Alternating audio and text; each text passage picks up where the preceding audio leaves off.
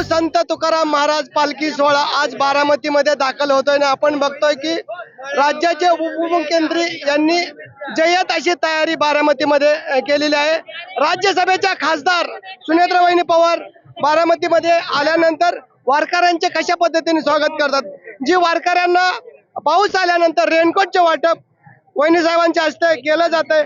मला सांगा वहिनी साहेब, एकंदरीत पालखीचे स्वागत आपण करताय, दरवर्षी देखील करताय, यंदा काय खास आहे? खरं सांगायचं तर आपण सगळ्यांनाच माहिती आहे की बारामती मध्ये अतिशय उत्साहानं पालखीचं सगळेजण आपण स्वागत करतो आहोत।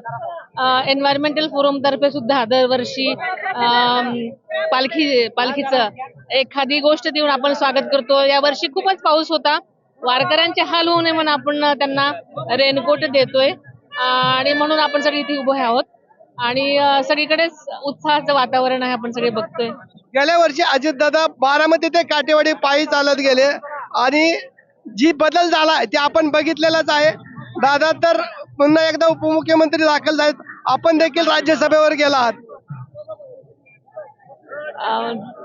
चांगली गोष्ट घडलेली आहे। बारामतीच्या लोकांचे आणि जनतेचे मनापासून यासाठी खूपच आभार आहेत।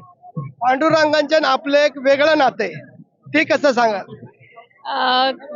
सगळं खरं तर बारामतीकरांना हे सगळं माहिती आहे की माझा आणि पांडुरंगाचं, मी संत गोरा कुंभाराच्या मातीत जन्मल्यामुळे तेर या गावी माझं लहानपणापासूनच एक पांडुरंगाशी जवळचं नातं आहे आणि म्हणून या सगळ्या वारकऱ्यांच्या भावना यांच्याशी एक माझं एक भावनिक नातं आहे। त्यामुळे पांडुरंगाशी एक जवळीकचं नातं आहे आणि म्हणूनच जेव्हा पालखी वगैरे तेव्हा एक उत्साहाचं वातावरण तुम्ही पाहता सगळ्यांमध्येच असतं आणि ते माझ्यामध्ये असतं। उद्या काटेवाडीत मेंढ्यांचं रिंगण होते, त्याची स्वागताची तयारी कशी केली?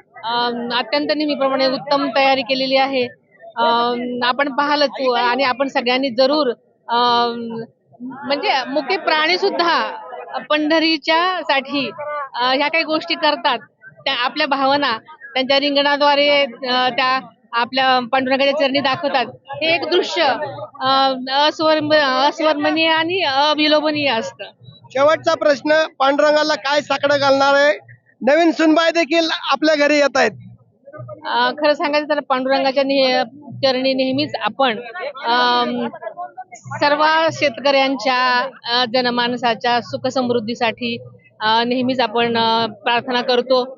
यावर्षी पाऊसही पडलेला आहे, सगळ्यांना सुखी ठेव अशीच आपण सगळ्यांना प्रार्थना करतो आणि ही जी वारी इतक्या मोठ्या संख्येने पांडुरंगाच्या ओढीने पंढरपूरला जातीये, ती अत्यंत सुरक्षितरित्या तिथपर्यंत पोहोचू दे, त्या सगळ्यांचं दर्शन त्यांचं चांगलं घडू दे अशी मी पांडुरंगाच्या चरणी मनोभावे प्रार्थना करते। संपूर्ण वारकऱ्यांचं जे आरोग्य आहे सुखी समाधानाचं राहो आणि ते सुखरूप घरी पोहोचावं अशीच भावना राज्यसभेच्या खासदार सुनेत्रा पवार यांनी व्यक्त केलेल्या आहेत। जितेंद्र जाधव, न्यूज 18 लोकमत, बारामती।